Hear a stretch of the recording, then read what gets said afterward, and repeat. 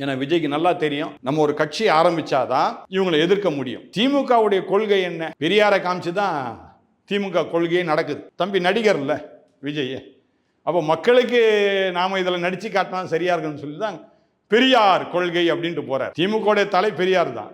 உங்க தலையை நானும் பிடிச்சிக்கிறேன், எனக்கும் உரிமை உண்டு. நான் தமிழ்நாட்டில் இருக்கிற பெரியாருடைய எல்லா இதுக்கும் நான் உகந்து நான் போறேன்.